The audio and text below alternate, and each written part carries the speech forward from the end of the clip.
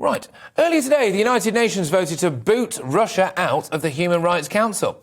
It came after a number of allegations of atrocities committed by Russian soldiers during the war. Ukraine has said that Russia's actions would be equated to war crimes and crimes against humanity. Around 1,200 war crimes have been registered in the Kiev region, which is, a heck of a lot, isn't it? Let's be honest. And Putin's regime has been accused of raping Ukrainian citizens and even using children as human shields.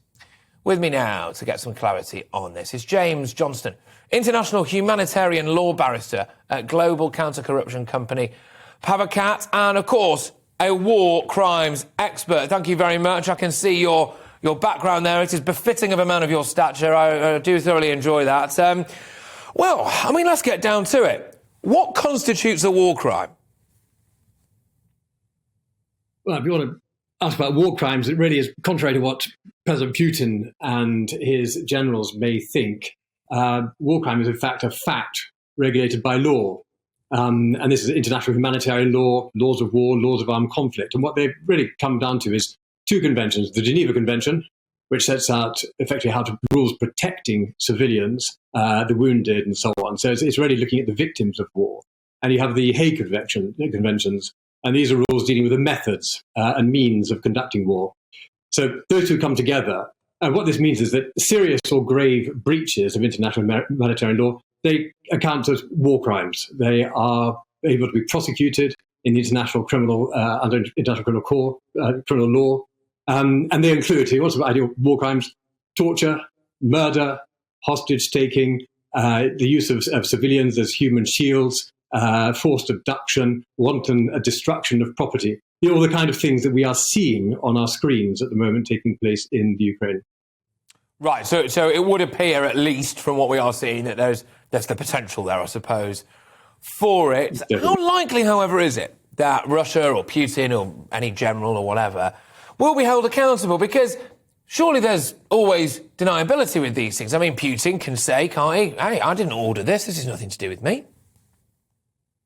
I'm not sure it's entirely a question of deniability. I think you have a bigger problem here is that war crimes take a long time to investigate, a long time to prosecute. We've seen that before in previous conflicts. But there is an international criminal justice system. It does exist, and people can be tried for war crimes, and they can, if they're convicted, they can be prosecuted. But you have a problem here. The system is centered on the International Criminal Court. This was set up in 1998. It's called the Rome Statute. But there's a problem. Russia is not a signatory to the International Criminal Court, and it doesn't accept the International Criminal Court's jurisdiction.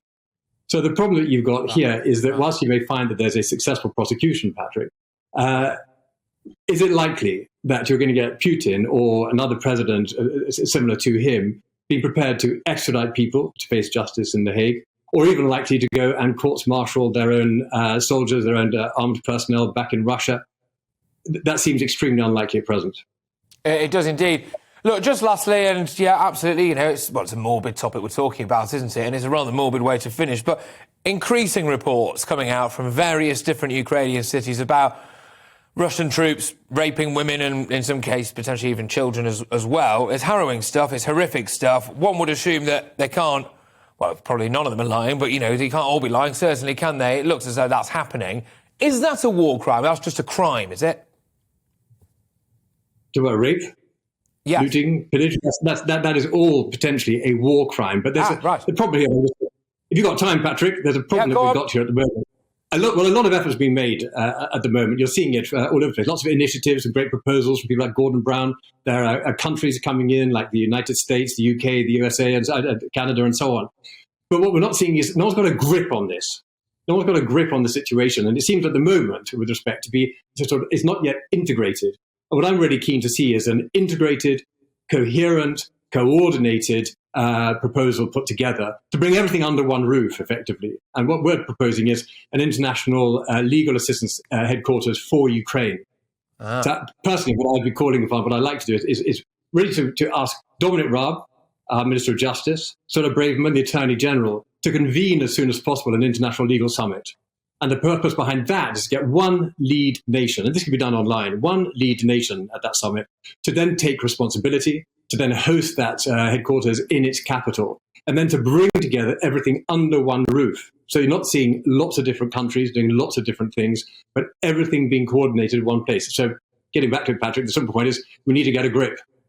We do need to get a grip, and I really hope that works out. It sounds like you are the man for this particular crisis. Did you say that you've spoken to Dominic Raab about this, or you're trying to? Basically, this is what we would like to see happen. Okay. I mean, my colleagues and I have been advocating this for the past few weeks, that this is something that really should be taking place. I mean, Yeah, goes well, with that, it sounds like the right... It's not just legal. It's legal, it's the reputational issue. It's actually making it clear to people in Russia, to Putin and his military leaders and political leaders and so on, that there's an international reputational issue here, as well as the prosecutorial side, as well as the investigatory side. Yeah, absolutely. Hammer it home from as many different angles as physically possible. James, thank you very much. Thank you for your time. Lovely to talk to James Johnstone there. Welcome to the GB News YouTube channel. You can watch us live 24 hours a day, catch up on your favourite shows, and join in the conversation in the comments below. Don't forget to subscribe and you'll never miss any of our exclusive content.